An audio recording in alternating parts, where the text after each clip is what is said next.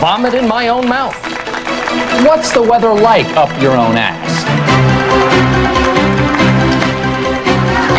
Tonight's topic, should medical marijuana be legalized? Yes. No.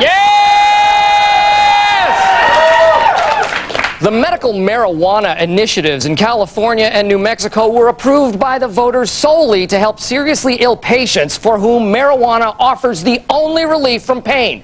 Who could deny an 80-year-old woman a moment of respite from her tortured existence? But I suppose there are a few sick individuals out there who get off on other people's suffering, Stephen. Far out, Steve. Groovy point, man. You're blowing my mind.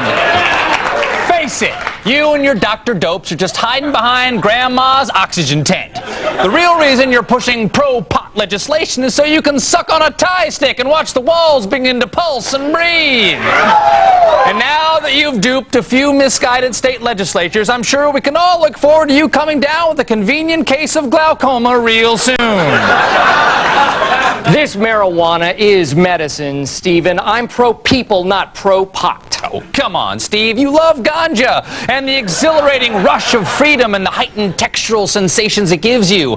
Whereas I wouldn't know where to start looking for a dime bag. I'm sure you've got great connections. So let me in on the dirty little secret, Steve. Where do you get your pot?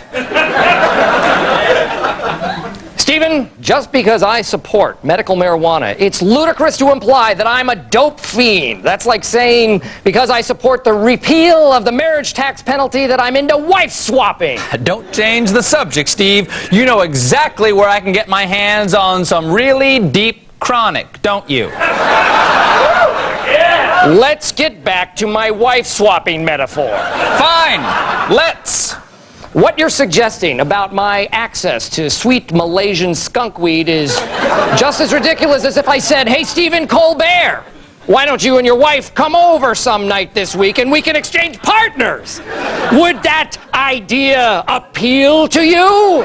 I don't know, Steve. Would we be high? I don't know. Would you bring the dope?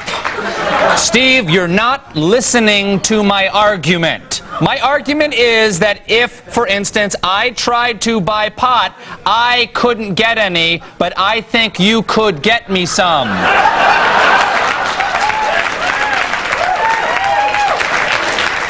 You're not listening, Stephen. You're in a fantasy world where I smoke pot and could get my hands on some very kind bud. But we would be wife swapping this Friday. Have I made myself clear?